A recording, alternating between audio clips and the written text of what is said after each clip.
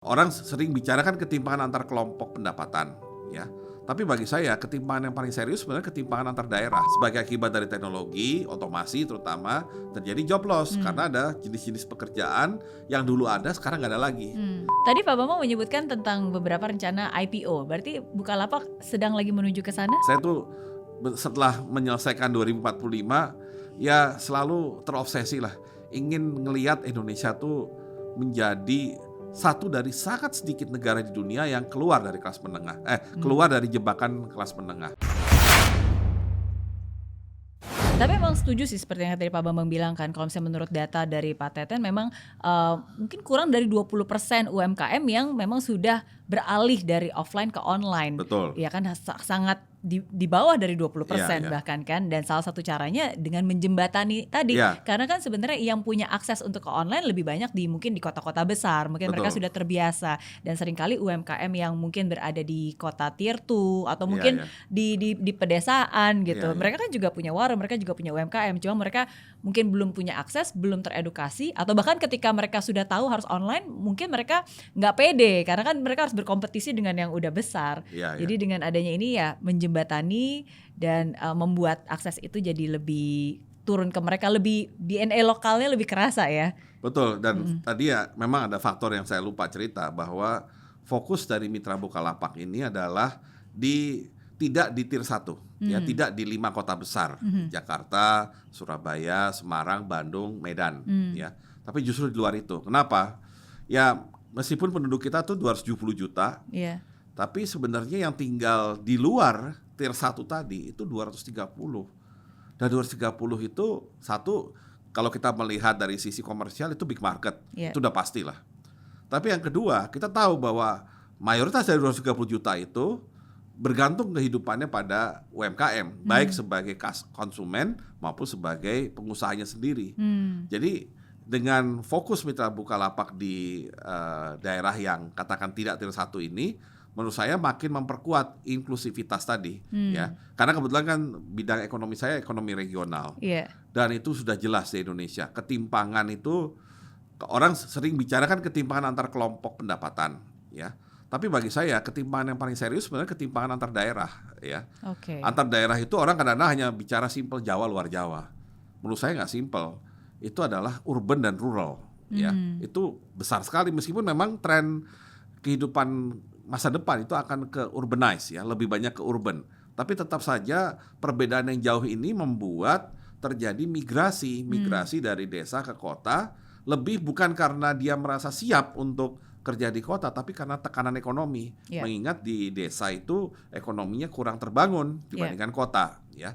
Nah, dengan strategi Mitra Bukalapak ini kan kita harapkan tadi yang pedagang kelontong di desa ya tetap di desa, dan orang desa nggak perlu khawatir karena si pedagang ini sekarang bisa menyediakan apapun yang mereka butuhkan dengan pendekatan Mitra Bukalapak, sehingga akhirnya ya meskipun nggak akan menyelesaikan masalah ketimpangan, paling nggak balancingnya menjadi lebih stabil lah gitu ya, daripada nanti orang merasa pokoknya saya nggak mau tahu, saya harus ke kota. Nah ini yang di Indonesia akan sangat merepotkan Pemkotnya, kotanya, dan juga membuat ketimpangan itu makin lebar. Iya, jadi nggak apa-apa tetap di desa, tapi rezeki kota terus bisa mendunia, gitu kan? Seperti kata banyak orang ya. Dan itu hanya bisa terjadi karena teknologi sebenarnya. Jadi memang teknologi selalu mempunyai dua sisi ya. Nah, pasti ada sisi yang mungkin merugikan, tapi ya kita coba lihat positifnya lah, bahwa ternyata banyak sisi yang sebenarnya sangat positif ya untuk membantu masyarakat. Betul. Saya suka salah satu kalimatnya dari Pak Bambang yang bilang bahwa seringkali kan teknologi itu membuat banyak orang kehilangan pekerjaan, jobless. Tapi jobless bukan berarti kita harus jadi pengangguran. Dan itu saya setuju banget. Karena sebenarnya bukan membuat orang jadi unemployed, ya. Jadi bukan orangnya yang dipecat, tapi pekerjaan yang hilang. Jadi yang terjadi adalah job loss. Sebagai akibat dari teknologi, otomasi terutama, terjadi job loss karena ada jenis-jenis pekerjaan yang dulu ada sekarang nggak ada lagi. Jadi otomatis orang yang di situ kan nggak kerja lagi, ya. Ini beda sama kalau perusahaan misalkan lagi kesulitan keuangan, dia harus memangkas separuh karyawan. Kalau itu unemployed, ya, layoff, ya. Tapi ini adalah job loss. Nah, Tapi di sisi lain, dari yang terutama saya pelajari waktu Menristek dan berbagai kajian mengenai bagaimana ekonomi digital masa depan, akan muncul pekerjaan baru. Ya, pekerjaan baru itu bisa muncul dari dua sisi loh. Pertama, karena adanya tadi otomasi, ekonomi menjadi lebih kompetitif, lebih efisien, pertumbuhan ekonomi lebih tinggi. Pertumbuhan ekonomi kan dengan sendirinya menciptakan lapangan kerja. Itu satu. Yang kedua adalah munculnya new job. Kalau tadi ada job loss, ini ada new jobs. Jenis pekerjaan yang tadinya tidak ada sekarang ada. Contohnya yang sekarang makin banyak dibutuhkan data scientist. Ya, kalau dulu kan orang data, oh kamu berarti statistician, ya kamu ahli statistik. Sekarang orang ngomong data itu nyarinya data scientist. Orang yang bisa mengolah big data, data yang berasal dari transaksi digital tadi, ya, yang akan terus terang akan menjadi big business masa depan, ya. Dan Bukalapak itu salah satunya yang punya data yang luar biasa sebenarnya, karena misalkan Mary suka misalnya jadi pelanggan di Bukalapak kan ketahuan kan beli Mary itu belanjanya apa, terus kalau beli misalkan apakah di awal bulan, di tengah bulan, apa di akhir bulan, ya. Terus kalau beli jenis barangnya apa, terus kategori harganya seperti apa gitu, sehingga next time mereka mau promosi ke Mary, mereka nggak usah susah, nggak usah nebak-nebak. Ini udah kelihatan kok polanya seperti ini. Ya udah tawarkan aja. Ya, misalkan kalau belanja selalu awal bulan, ya biasanya orang gajian kan banyak belanja misalnya. Nah, berarti pas awal bulan nanti HP-nya Mary atau Facebook akan dipenuhi itu dengan iklan-iklan supaya belanja gitu. Dan barang-barangnya juga yang spesifik, yang biasa dibeli oleh Mary atau oleh konsumen tertentu gitu. Ya itulah gunanya big data. Ya, nah itu jenis pekerjaan baru. Betul. Ya. Satu lagi ya, kalau mau ambil contoh adalah drone pilot.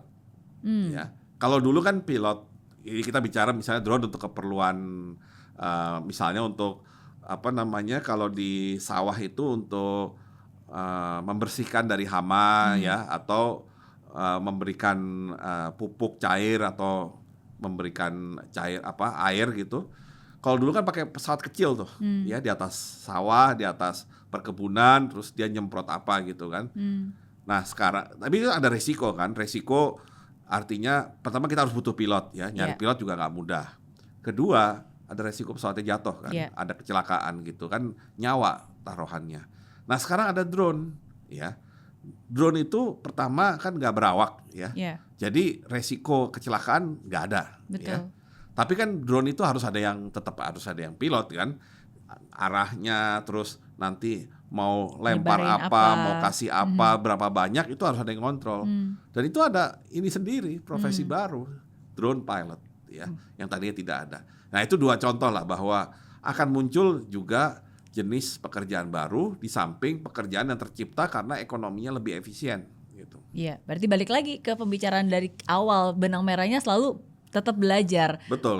Upskilling, reskilling. Dan satu lagi memang mau nggak mau pendidikan Indonesia harus yang sekarang ini sangat heavy di akademik, harus mulai diversify ke yang vokasi, ya. Supaya mereka tidak ini lagi, tidak tergantung pada jenis pekerjaan yang era lama gitu. Kayak di bank sekarang kan mungkin ya kebutuhan teller, customer service mungkin akan menurun sangat banyak dengan orang semua pakai mobile banking gitu. Tapi justru sekarang bank banyak meng-hire orang IT, ya, terutama untuk cyber security. Dan IT itu kan tidak harus semuanya engineer S1 atau S2, ya, juga diperlukan yang teknisi D3 yang sehari-hari menjaga sistem, memelihara sistem, ya, dan memastikan sistem itu diterima oleh konsumen. Tadi Pak Bambang menyebutkan tentang beberapa rencana IPO. Berarti Bukalapak sedang lagi menuju ke sana? Ya, itu salah satu yang mudah-mudahan menjadi pelopor dari perusahaan berbasis teknologi, ya, di Indonesia yang masuk ke bursa. Ya. Amin. Kita doakan yang terbaik pastinya. Ya, mudah-mudahan ini selain menjadi inspirasi juga tadi bisa membuat kapasitas Bukalapak menjadi lebih besar, sehingga mudah-mudahan lebih banyak lagi tadi UKM yang menjadi mitra Bukalapak. Betul, karena sekarang kan bukan hanya e-commerce aja, tapi udah menjadi all commerce, ya betul. Kan? siapa kan saja di mana saja. Online to offline atau sebaliknya gitu. Iya. Oke. Nah, tapi kalau dari Pak Bambang sendiri apa nih rencana ke depannya? Apakah masih ada mimpi-mimpi yang ingin diwujudkan? Ya, pertama saya udah nggak terlalu muda lagi ya. Udah tahun ini 55 tahun ya. Ya, saya ingin ingin mendalami sisi korporasi tadi. Kan tadi akademik udah, birokrasi sudah. Nah, saatnya kan ini sisi korporasi yang saya terus terang belum paham ya. Yeah. Waktu jadi Menristek kan saya selalu menekankan triple helix ya. Triple helix itu sinergi antara sisi akademisi, peneliti, dunia usaha dan pemerintah. Nah, kalau dari triple helix ini kan 2 ini udah saya. Yeah. Yang ini belum gitu. Nah, mudah-mudahan kalau saya makin mendalami masalah korporasi, mudah-mudahan saya bisa ikut berkontribusi pada membangun ekosistem triple helix yang kuat sehingga nantinya mimpi saya untuk 2045 Indonesia kan mau nggak mau harus menjadi negara yang bisa keluar dari kelas menengah, jebakan kelas menengah. Dan itu solusinya ekonomi harus berbasis inovasi. Ya, ekonomi berbasis inovasi hanya bisa terjadi kalau triple helix ini jalan. Ya, karena paling at the end of the day dunia usahalah yang membawa produk-produk riset, produk-produk penelitian ke market. Ya, baik melalui industri maupun melalui marketingnya. Ya, nah disitulah saya ingin lebih memahami sisi korporasi sehingga nanti lengkap ya. Hubungannya menjadi lengkap ya. Karena sebagai pemerintah saya udah pernah, sebagai akademik juga pernah, saya juga pernah jadi peneliti meskipun peneliti di bidang ekonomi. Nah, sekarang perlu tahu nih di korporasi apa sih sebenarnya yang dilihat dari pemerintah maupun dari sisi akademik. Iya, dan bisa jadi mungkin menjadi orang pertama juga nih yang berada di tiga-tiganya melengkapi semuanya komplit. Mungkin ya nggak pertama lah ya, tapi intinya saya punya mimpi lah. Saya tuh setelah menyelesaikan 2045 ya selalu terobsesi lah, ingin ngelihat Indonesia tuh menjadi satu dari sangat sedikit negara di dunia yang keluar dari kelas menengah, keluar dari jebakan kelas menengah. Ya, di Asia pun dihitung dengan jari, ya Jepang, Korea dan sekarang ini yang hampir adalah China. Ya, tapi Jepang, Korea itu benar-benar kekecualian dan lebih banyak negara yang gagal masalahnya, baik di Asia dan di Amerika Latin terutama yang banyak gagal. Gagal dalam pengertian dia akhirnya trap, ya, benar-benar kena jebakan kelas menengah, alias dia ya di kelas menengah terus gitu. Betul. Ketika lagi mau baik, tahu-tahu ada sesuatu yang membuat mereka turun gitu. Iya. Nah, kita juga bukan berarti pasti jadi, cuman ya kayak pandemi sekarang kan terus terang juga membuat kita jadi agak khawatir juga nih, jangan-jangan upaya kita untuk keluar itu menjadi lebih sulit. Betul. Ya, menjadi lebih panjang dari yang seharusnya. Tapi we are going towards the right direction dan kerasa sih maksudnya. Sejauh ini ya. Buat saya yang 16 tahun tinggal di Singapura, balik ke Indonesia tahun 2014 dan 7 tahun di sini, I can feel the difference gitu. Maksudnya saya pun bisa merasakan perubahan dinamisnya. Ya itu tadi most unicorn startup itu juga paling banyak yang di Southeast Asia. Betul. Berasal dari Indonesia gitu, and it's growing. At least ekonomi kita tuh kategorinya ekonomi yang growing, itu penting.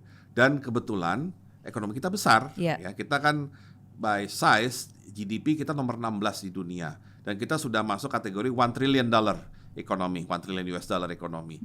Artinya ini ekonomi yang nggak main-main, ekonomi besar 270 juta. Tapi masih growing karena ada ekonomi yang besar tapi udah nggak growing lagi ya, bahkan ada ekonomi yang penduduknya malah turun ya. Nah, kita ini sekarang sedang bonus demografi, jadi ini harus benar-benar dimanfaatkan ya. Harapan saya bonus demografi artinya younger population, harapannya ada bagian yang signifikan dari younger population yang mau jadi entrepreneurs. Dan karena kita bicara entrepreneurs masa depan pasti nggak jauh-jauh dari startup ya. Jadi ya istilahnya startup barangkali adalah jawaban kita terhadap solusi untuk mencapai cita-cita 2045. Amin, amin. Saya juga percaya.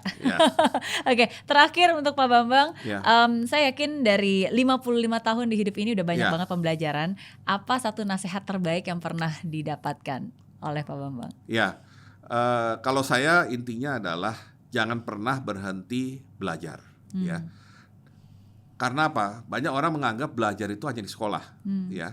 Ada gurunya, ada ujian dan segala macam. tapi belajar yang paling penting dan ternyata lebih mudah masuk ke kita itu adalah belajar dalam hidup, ya. Termasuk belajar dalam pekerjaan, ya. Jadi yang orang selalu bilang learning by doing itu ternyata saya rasakan benar manfaatnya, ya.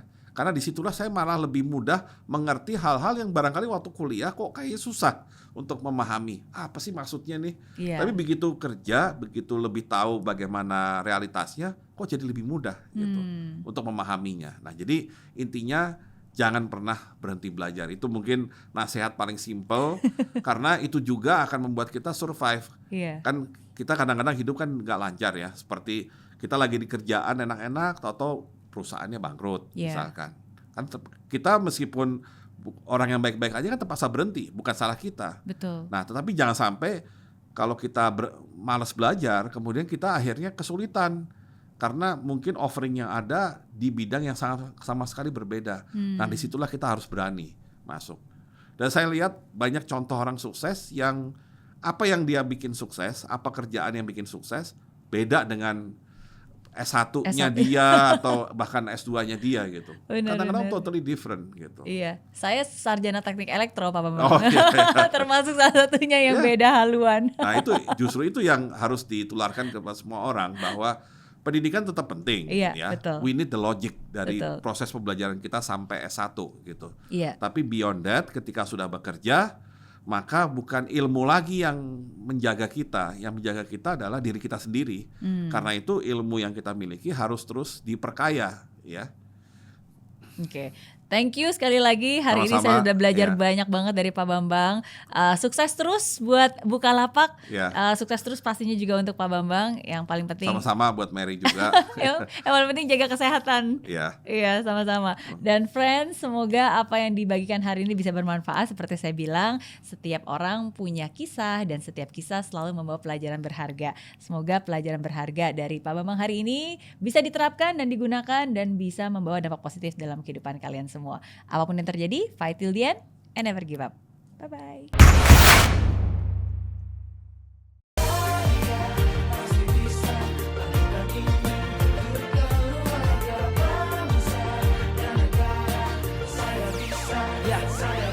Laksana bumi tanpa hujan, hidup tanpa tujuan, kering dan mati tanpa hijaunya tumbuhan. Demikian kalau mimpi tak kunjung terjadi.